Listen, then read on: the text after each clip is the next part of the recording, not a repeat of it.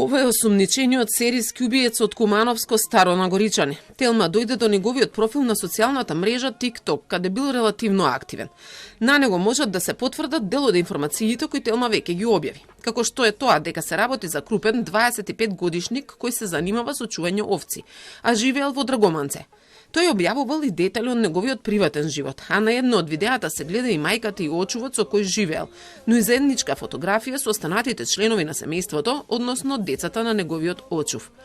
Последното видео кое го закачил е со датумот 9 февруари, ден пред да биде пронајдена последната негова жртва, 78 годишната Мира С од Старо на Горичане.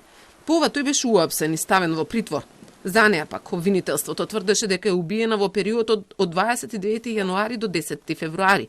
Точниот ден не се знае, бидејќи таа живеела сама, а незините деца во странство.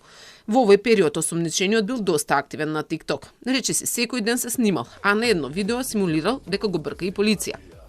Има и неколку видеа на кои наредил банкноти на масата. Се фалел со парите, а обвинителството се сомневаше дека ги ограбувал жртвите.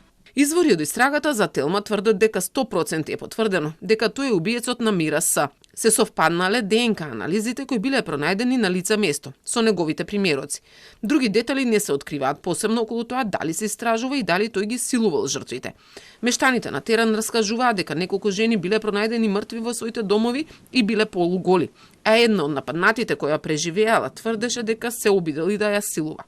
Обвинителството се посомнева за уште еден случај на почината помлада жена во незиниот дом, па незиното тело беше откопано и дадено на обдукција. Од обвинителството официјално велат дека се земаат огромен број докази за да се расчистат сите настани. Осомничениот е обезбеден и во следните денови, ќе следи негова психијатриска проценка од тим на експерти. До овој момент вештиот наод од извршената обдукција на ексхумираното тело не е доставен до јавниот обвинител. Во текот на оваа сложена постапка се вршат распити на лица, а ќе бидат обезбедени и сите други потребни докази за целосно расчистување на случаите. Според неофицијалните информации на Телма се истражуваат 5 случаи на мртви повозрасни жени и еден обид за убиство. Сите се случиле некаде од летото лани, па се додека беше уапсен осомничениот. Но се отвори прашањето зошто никој не преземал ништо и покрај тоа што тој важел за проблематичен, нападен, агресивен уште како средношколец. Социјалните служби не преземале ништо и покрај тоа што стручните лица од училиштето каде учел алармирале.